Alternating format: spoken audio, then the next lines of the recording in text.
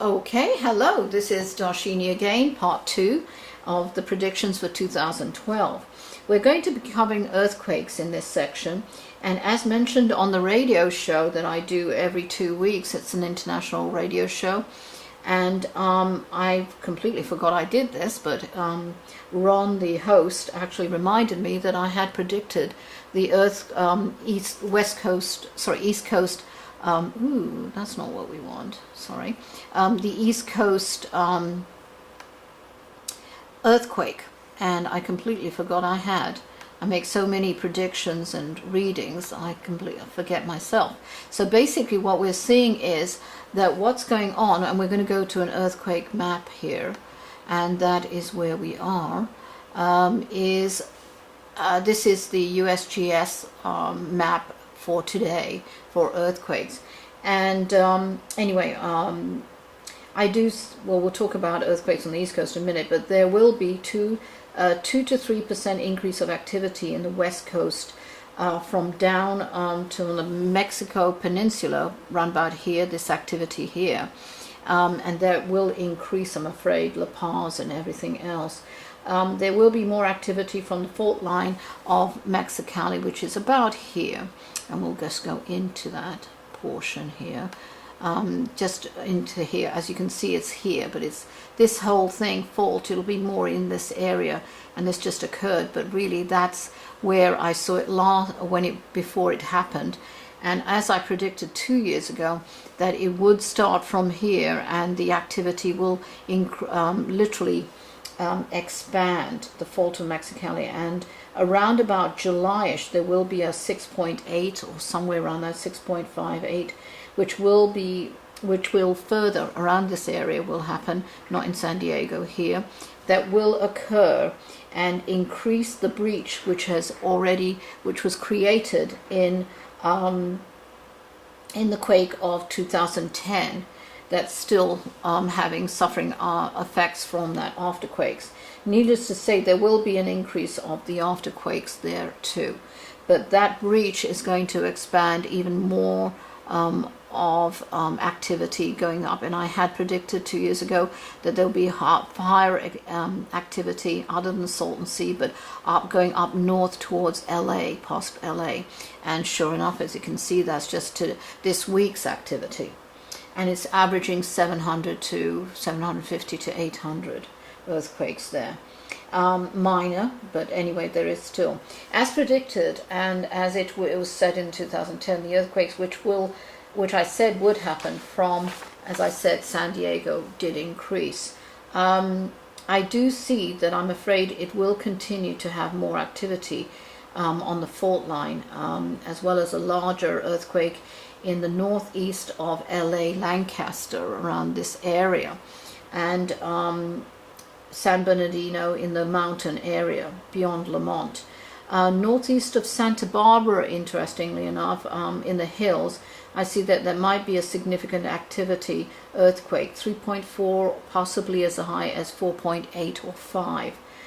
It will be, I wouldn't say surface, it will be deep, but it's going to, so there will be damage, but really it won't be a drop, it is going to be a slide, as if it's a reconciliation. So it'll slide like that on the earthquake. So it won't be a drop. So with that sliding, it's actually going to have a more of a significant area of effect for that earthquake. And as he said, a sideways shift. I'm not a volcanologist. I'm not a geologist. I don't claim to be. Certainly not, and I'm just giving you what my visions, what I'm seeing. It's not a vision, it's what I can draw from. So it's more wider than a centralized earthquake, okay? Hawaii, I'm sorry to say, is, and we're going to go back to America, general. Hawaii here, I'm afraid, is going to, as you can see, Hilo is really being, the island is going to be affected. And it's going to increase, there's more activity, and it's not on the island, it's actually underneath, and it's going to affect areas here. Not so much Honolulu, it'll be a side effect, but there is going to be continuous activity in Hawaii. and of course it'll affect the chain of islands there. Now I'm going back to America quickly before we cover the world, and this is what I predicted in an earlier, I think mid-year last year, which is 2011. We're still in there really, but what I'm seeing is activity in an H. So we're going to have it across the board here and here, but not as much. But this is where the main activity is going to be. Obviously Alaska, but we'll talk about Alaska in a minute. But basically in an H formation, drop H I call it, not high, but it's in these areas that you're going to see, starting to see far more activity. There will be more, another earthquake I see, not a huge one, a minor one, not as much as 5, but about 3.8, minor ones occurring towards the east coast in these areas here. Okay, nothing really to be worried about, but I really feel that it's again, it's the earth settling and going through its changes. Okay, and that's the earthquake.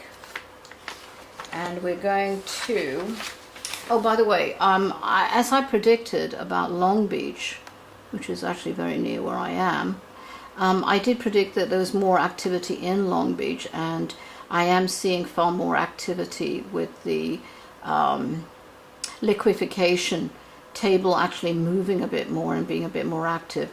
So this, we are going to experience far more activity, earthquake there. Okay. And LA, as I said. So basically that's it.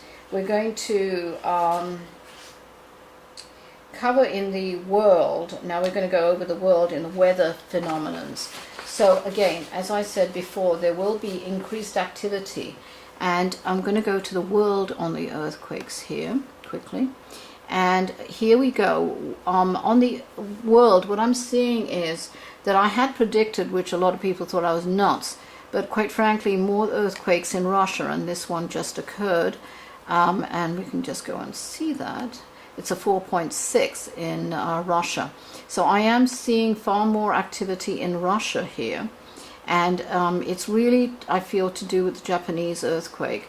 And I do cover all of this more in detail in the book, but I try not to get too much into the earthquakes, but what the subsequent happenings are from it. So basically we're going to see China is going to get more earthquakes, obviously, and larger, I'm afraid, but from about this kind of V here.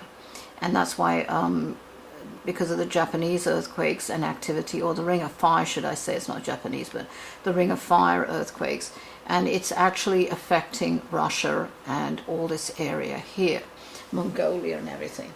So aside from that, and China, of course, I am seeing, I'm sorry to say, more significant earthquakes happening in Turkey and Afghanistan, I'm afraid. Mountain regions, and smaller quakes will happen in Pakistan, Italy, Ukraine, Kazakhstan, Iran. And these will occur, and these are kind of near surface, so they're kind of like a domino effect, not one after another immediately, but within a few weeks to months of each other.